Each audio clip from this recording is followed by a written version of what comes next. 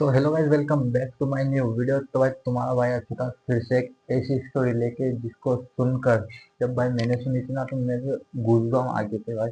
इतनी खतरनाक स्टोरी है। तो भाई ये स्टोरी है गुजरात की। जैसे कि आप सभी जानते हैं, गुजरात में हर गली मोहल्ले में नवरात्रि के समय एक ठाम होती है। लेकिन गुजरात में एक ऐसा हाईवे है जहाँ हर साल नवरात्रि में एक लड़की की आत्मा घूमती है। वो लड़की जो खुद की जिंदगी नहीं जी पाई, लेकिन वो दूसरे की जिंदगी में अपनी जिंदगी जीना चाहती है।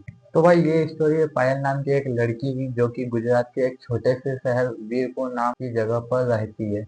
तो भाई ये जो पायल थी ना, ये ना रोज गरबा करने जाती थी, लेकिन ये रोज ना 10, साढ़े 10, 11 बजे तक घर आ जाती थी। लेकिन भाई जो नवरात्रि का 5वां दिन था, उस दिन ना ये बहुत ज्यादा लेट हो जाती है। गरबा करते करते से टाइम का पता ही नहीं चलता और रात के समथिंग 1, 1:30 बज जाते हैं। लेकिन भाई ये घर जाने के लिए निकलती है और इसे ना कोई ऑटो रिक्शा वगैरह कुछ भी नहीं मिलता, क्योंकि समय बहुत ज्यादा हो गया था। तो वो सोचती है कि कल से मैं वेट करूंगी, बहुत ज्यादा लेट हो जाऊंगी, इसलिए मैं पैदल ही चल जाती हूँ। क्योंकि घर यहाँ से 1, 2 किलोमीटर समथिंग है, तो मैं यहाँ से पैदल भी जाऊंगी ना तो कोई दिक्कत नहीं है। और वह पायल ना घर के लिए निकल जाती है, लेकिन वो हाईवे से जब गुजर रही होती है तो क्योंकि हाईवे बहुत सुनसान होता है रात के समय, तो उसे ना डर लग रहा होता है, क्योंकि उसने रेड कलर का लहंगा और कांच की चूड़ियां और इत्र वगैरह लगाया होता है, तो उसे ना काफी ज्यादा डर लगता है। लेकिन वो हिम्मत करती है और सोचती है कि पास में मेरा घर है, मैं फटाफट चली जाऊंगी। तो भाई वो जैसे ही जाती है आगे, कुछ थोड़ी आगे ही जाती है, तो वैसे ही रोड के किनारे से उसे एक आवाज आती है, बड़ी क्रीपी सी। तुम्हारी जैसी है, मतलब तू मेरी जैसी है। पायल ये सुन के चौंक जाती है कि यहाँ पर मेरे अलावा तो कोई नहीं, ये आवाज किसकी है। वो आसपास देखती कोई भी नहीं होता, पीछे भी देखती तो कोई भी नहीं होता। लेकिन उसे ये क्लियर तो हो गया था कि यहाँ पर कुछ तो है, क्योंकि भाई ऐसी आवाज क्लियर उसको क्लियर आई थी। तो उसे पक्का पता हो गया था कि यहाँ पर कोई तो है। वो चलती है और तेज तेज चलती है, बोले कि बस घर पहुंच जाऊं जैसे तैसे। और भाई वो जैसे ही थोड़ा आगे जाती है, उसको ना एकदम से पायल की आवाज आती है। और भाई वो जैसे ही पायल की आवाज सुनती है, वो वहीं रुक जाती है। और भाई जब वो पायल की आवाज सुनकर पीछे देखती है, भाई वो पीछे देखकर उसके पैरों तले जमीन खिसक जाती है। वो ऐसा देखती है कुछ, भाई उसके पीछे एक औरत जिसके कपड़े पूरे फटे हुए हैं, हाथ में मोमबत्ती, मुंह थोड़ा सा जला हुआ, और बस इसे देखकर हंस रही है। और हंसते हुए कहती है, तुम्हारी यादों में ताजा कर दी थी, हर सुगंध, हर चाल बड़ी केम जल रही थी, चाहे मैं हूँ जल ना सकूं। तेरी खुशबू, तेरी चाल सब मुझे मेरी याद दिलाता है। तू क्यों जी रही है जब मैं ही नहीं जी सकी। और बस पायल डर जाती है और वो इतनी तेज भागती है, आग बंद करके बस भाग रही है, भाग रही, भागते भागते भागते भागते पहुंच जाती है उसके घर। और घर पर किसी को कुछ भी नहीं बोलती, चुपचाप अपने रूम में जाती है और जाकर चुपचाप सो जाती है। तो भाई क्या होता है, उसी रात ना इसकी माँ 3, साढ़े 3 बजे करीब पानी पीने के लिए उठती है, और जब इसके रूम के आगे से वो निकलती है, तो इसके रूम की ना जो खिड़की होती है वो हल्की सी खुली होती है। तो इसकी माँ कुछ बोलती है और उस खिड़की के अंदर देखती है कि बेटा आराम से सो गई है कि नहीं। तो वो जब देखती है, तो वो रात को 3:30, 4 बजे करीब आईने में खुद को देख रही है और अपने बाल को सहला रही है। ये देखकर इसकी माँ अचंभित हो जाती है कि यार इतनी रात को ये ऐसा क्या कर दिया। लेकिन सोच रही होगी कि अभी अभी आई होगी, थक गई होगी, इसे देख रही होगी सोने से पहले, ने अपने पानी पी के वो भी सोने आ जाती है। अगली सुबह होती है इसकी माँ के पास, तो सुबह होकर आती है, इसकी माँ कुछ कहती ही नहीं है। तो वो जो रहती है पायल, वो इसकी माँ को आके कहती है, मम्मी मम्मी मुझे परफ्यूम चाहिए। तो इसकी माँ बोलती है अभी तो तूने परसों परफ्यूम लिया था, अभी तुझे फिर से परफ्यूम की क्या जरूरत। तो वो ना जिद करने लग जाती है, नहीं नहीं मुझे परफ्यूम चाहिए चाहिए चाहिए। तो उसकी माँ बोलती है ठीक है जाके ले लेना, मैं पैसे दे दूंगी तो लिया ना। इसकी ये बातें सुन के ना उसकी माँ को ये तो क्लियर हो जाता है कि ये नॉर्मल नहीं है, और वो ना उसके पापा को बताती है कि ये कल रात को भी ऐसा ऐसा बिहेव कर रही थी और अभी भी ऐसा कर रही है। तो इसके पापा भी बोलते हैं कि अगर ऐसी ही बात है तो हम हमारे बाबा रामलाल बाबा को बुलाते हैं, जो कि इसके मौसा जी होते हैं, और वो एक तांत्रिक होते हैं। तांत्रिक मतलब वो अच्छे वाले होते हैं, अच्छे पॉजिटिव वाले, जो कि भूत वगैरह भगाते हैं। फिर पायल के पापा ना इसके मौसा जी को कॉल करते हैं और उनको सारी कंडीशन बताते हैं कि ऐसा ऐसा है। तो बाबा बोलते कि ठीक है मैं समझ गया हूँ क्या करना है, मैं आता हूँ।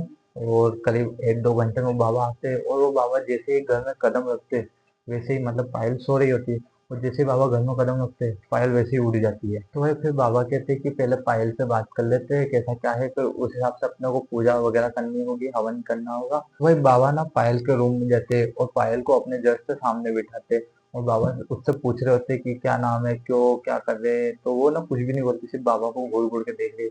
और उस रूम में पायल के मम्मी पापा बाबा और पायल तीनों चारों रहते हैं। तो वो ना कुछ बोलती नहीं, सिर्फ बाबा को घूर घूर के देखती है। तो इसके घर वालों को लगता है कि शायद हम भी फालतू शक कर रहे होंगे, ऐसा कुछ भी नहीं है, कल वो रात को लेट आई थी, थक गई होगी, इसलिए ऐसा कर रही होगी। तो भाई उसकी मम्मी ने किचन में चल जाती है चाय वगैरह बनाने के लिए, क्योंकि घर पे मौसा जी आए होते। और उसके पापा को भी एक इम्पोर्टेंट कॉल आता। तो उसके पापा बात करते करते जैसे ही उस रूम के बाहर कदम रखते, जैसे ही उसके पापा ने रूम के बाहर कदम रखा, वैसे ही पायल कहती है, મારું નામ ચંપા છે અને હું એની ગામની ગરીબ છોરી હતી. मतलब मेरा नाम चंपा है और मैं इसी गांव की एक गरीब लड़की थी। भाई ये सुन के उसके पापा फोन पे बात करते करते शौक में आ जाते हैं। उसकी मम्मी किचन में रहती, वो भी सोचती कि ये किसकी आवाज है, क्योंकि भाई पायल की ऐसी आवाज नहीं थी, क्योंकि वो 18-19 साल की लड़की थी, उसकी इतनी क्रीपी आवाज नहीं थी।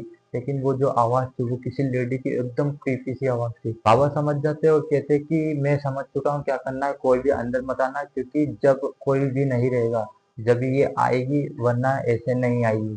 तो तुम में से कोई भी अंदर नहीं आएगा, इस रूम में सिर्फ मैं और पायल ही रहेंगे। और बाबा बोलते हैं कि तू इसके शरीर में क्यों आई है और इसे परेशान क्यों कर रही है। तो पायल कहती है, મને સુંદર શણગાર કરવાનો શોખ હતો. લોક કહેતા હું એકલાઉં છું, દેખાડો કરું છું. લોકો મને ખરાબ નામથી બોલાવવા હતા. ગામના બધાએ મને ચરિત્રહીન કહીને બદનામ કરી દીધી છે. એ લોક એ મને હાઈવે પર એક કક્ષામાં ફેંકી દીધી. એની આજ સુધી હું આની હાઈવે પર ફરું છું. इसका मतलब मुझे सुंदर बनने का बहुत शौक था, लेकिन लोग मुझे कहते थे मैं इतराती हूँ, दिखावा करती हूँ, इसलिए मुझे लोग बहुत गंदे गंदे नाम से कहते थे। और एक दिन मुझे चरित्रहीन कहकर उन गांव के लोगों ने मुझे मिलकर एक हाईवे पर किसी ट्रक के सामने छोड़ दिया, और वहीं मैं ट्रक के नीचे आकर मर गई। लेकिन मेरा मन अभी भी नहीं मरा है। लेकिन बाबा फिर से पूछते कि तू पायल के पीछे क्यों पड़ी है और इसे कब छोड़ेगी। तो पायल कहती है, એ એવી બની ગઈ છે જેવી હું બનવા માંગી રહી. ખુશ અને સુંદર યા બાદ મને અંદરથી જલાવ હતી. આને જોઈને મારા ઉપર કંટ્રોલ ના રાખી શકી અને હું આના પીછે આવી રહી છું. એ જિંદગી જી શકી હું અને કયાની ના જી શકી. इसका मतलब जैसी जिंदगी मैं जीना चाहती थी, आजाद खुश शांति से, वैसी जिंदगी ये जी रही थी। और इसको देखकर मैं खुद पर कंट्रोल नहीं कर पाई और इसके पीछे आ गई। लेकिन जो जिंदगी मैं नहीं जी सकी वो मैं इसे भी नहीं जीने दूंगी। बाबा हंसते हैं और उनकी बोतल में से पानी निकालते हैं। वो पानी ना पायल के ऊपर डालते हैं। पायल का शरीर पूरा जलने लग जाता है एकदम। पायल चिल्ला रही है और पायल को बाबा कहते हैं, तेरी तकलीफ हम समझ सकते हैं, लेकिन अपने लिए किसी मासूम की जिंदगी खराब करना ये सही तो नहीं है। और जो तुझे कुछ भी चाहिए, साड़ी कपड़े चूड़ी, वो सब हम तेरी जगह पर आज रात को हम रख कर आ जाएंगे, लेकिन तुझे इसका शरीर छोड़ना होगा। फिर पायल कहती है, મને માફી મંગાવશે. क्या मुझे माफी मिल सकती है इस चीज की बाबा।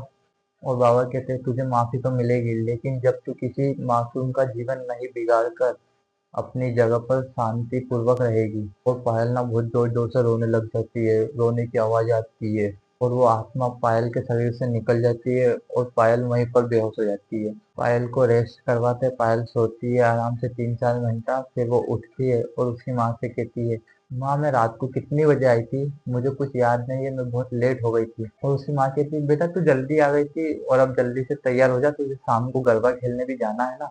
तो भाई यहाँ पर उसकी स्टोरी खत्म। ये थी आज की स्टोरी। और भाई जब अगली बार आप नवरात्रि में रात को गरबा कर कर अगर अकेले आ रही हो और अगर आपको पीछे से किसी की आहटें सुनाई दे रही है, तो भाई उसको इग्नोर करना और फटाफट निकल लेना। क्या पता ऐसी परछाई आपको जीते जी मार डाले। और भाई वीडियो पसंद आए तो लाइक कमेंट शेयर सब्सक्राइब। मिलते हैं बहुत जल्द नेक्स्ट वीडियो में, जब तक के लिए